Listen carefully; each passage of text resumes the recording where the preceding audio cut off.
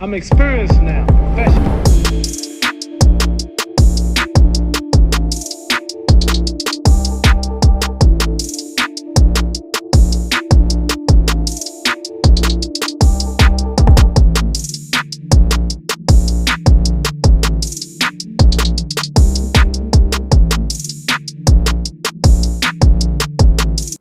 Welcome back to the channel.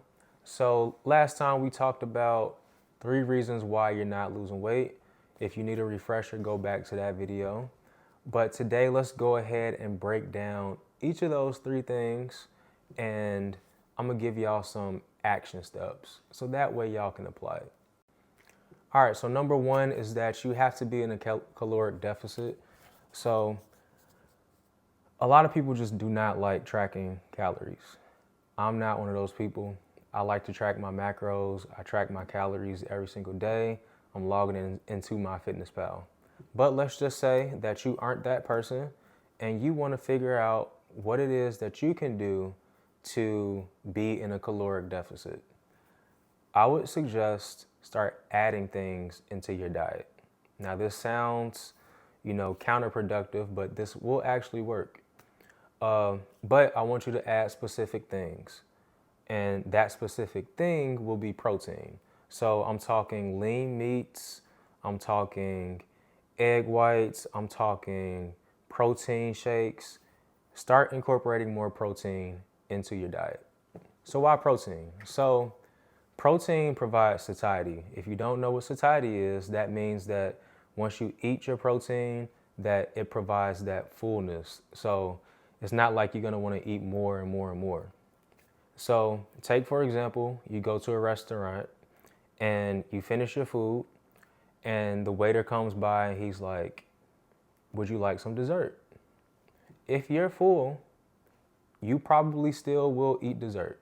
And the reason being is because carbohydrates do not provide that fullness. So you can take a big bag of chips and just keep snacking on them, snacking on them, snacking on them, and not get full.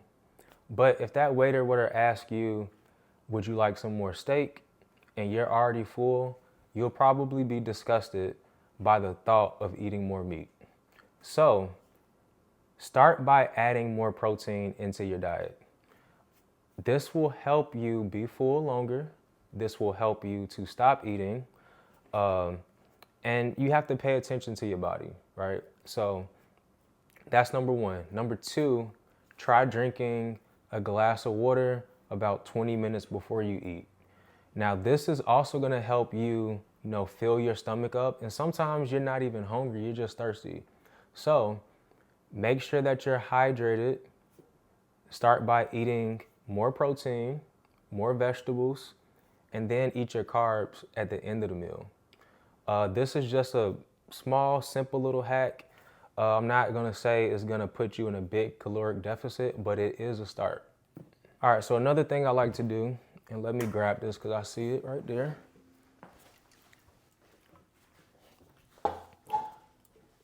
So you can start incorporating some of these, if it will focus.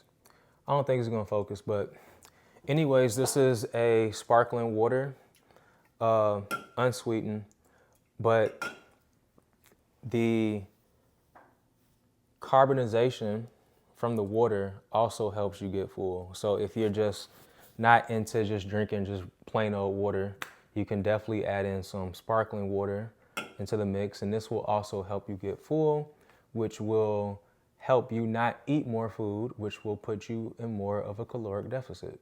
And then the last thing I want you to add is more fruits and vegetables.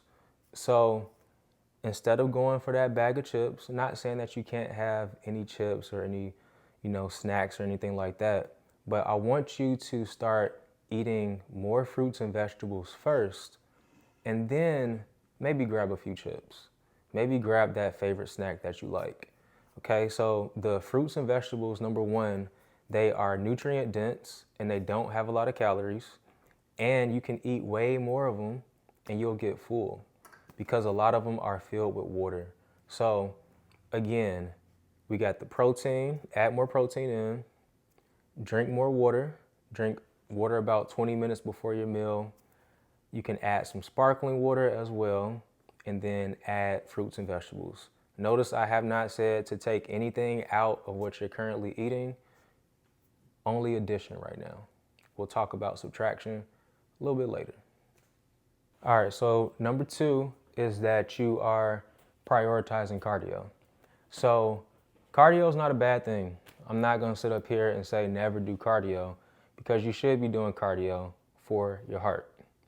Again, it's for your heart.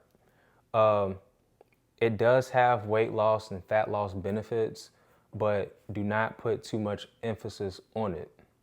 So in actuality, I start my clients out just doing 3 days of cardio for about 20 to 30 minutes.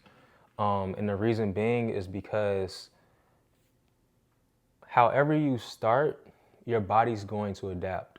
So our bodies are very, very smart, and they adapt to whatever we're doing. So if you're the type of person that is doing cardio 6 days a week, your body's going to get used to that. And then eventually when you are trying to lose more weight, then you will eventually plateau and you will have to add more cardio or drop your calories. And it's really, really, really, really just a miserable time. You don't want to do that. So instead, you want your diet, that calorie deficit, point number 1, you want that to be the focal point and the prioritization of your weight loss. Let your diet do its job. Let your cardio supplement that. So another point in that is that, a lot of people, and I hear this from more women more than anything, but they'll say, I want to do my cardio, I want to lose X amount of pounds, I want to get this small, and then I'll start focusing on, toning up. Wrong. Please stop that. All right. So what you want to do is prioritize resistance training, strength training, whatever you want to call it, weightlifting. Prioritize that, prioritize getting stronger in the gym, building muscle, and then you add in cardio on top of that to put yourself in a calorie deficit. So what does this really look like?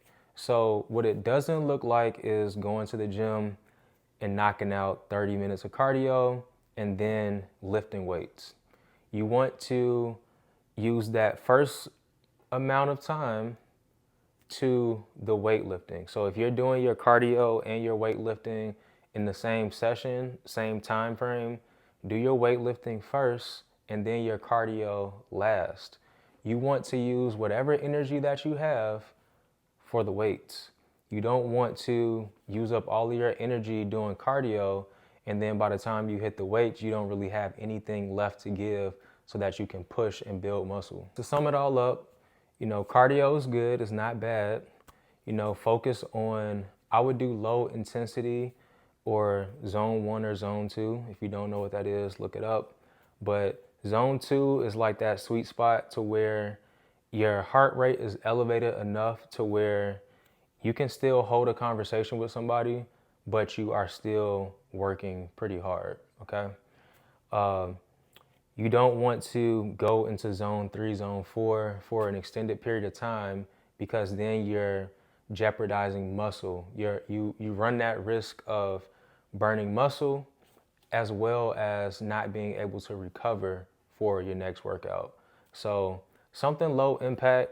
I like to do the stairs or the treadmill or the incline, but just stick to that.